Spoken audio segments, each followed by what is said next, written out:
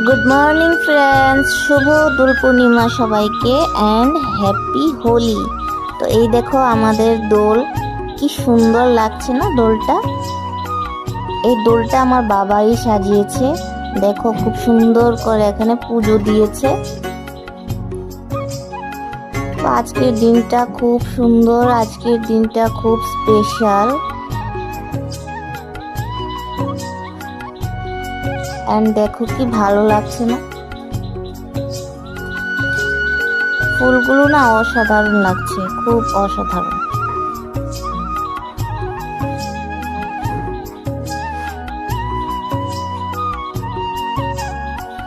আর দেখো আমাদের তুলসী গাছটা কত ভালো লাগছে, রোদের আলোয় একদম ঝলমল করছে, তুলসী পাতাগুলো একদম ভালো লাগে। বলে না তুলসী গাছ যেখানে থাকে বৃন্দাবন সেখানে থাকে, রাধা কৃষ্ণের বাস থাকে ওই জায়গায়। তো দেখো কত ভালো লাগছে তুলসী গাছটা।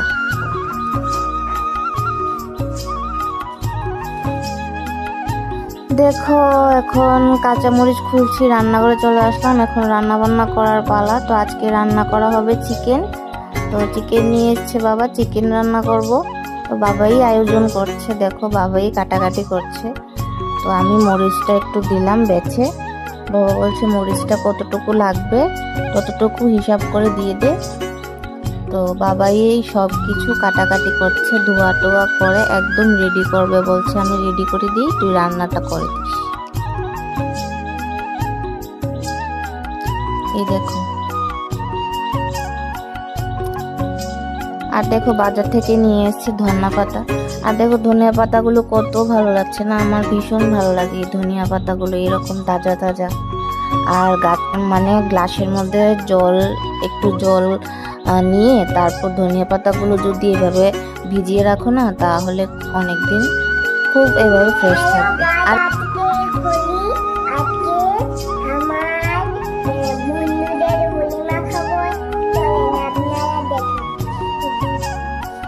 এখন দেখো সোম চলে যাচ্ছে সোমের ফ্রেন্ডসদেরকে হোলি দেওয়ার জন্য।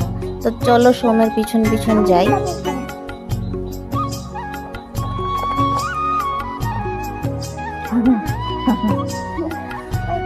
ধরে না। তো সোম আবার ফিরে এসছে, দেখো বলছে যে ভাই ছাড়া যাবে না, তো ভাইকে নিয়ে যাবে। তো এখন ভাইকে নিয়েই যাওয়া হচ্ছে। তো দাদু নাতি দেখো চলে যাচ্ছে রং খেলার জন্য, সকাল সকাল বেরিয়ে পড়েছে হোলি দেওয়ার জন্য। তো দেখো আর দেখতে থাকো তাদের হোলিটা।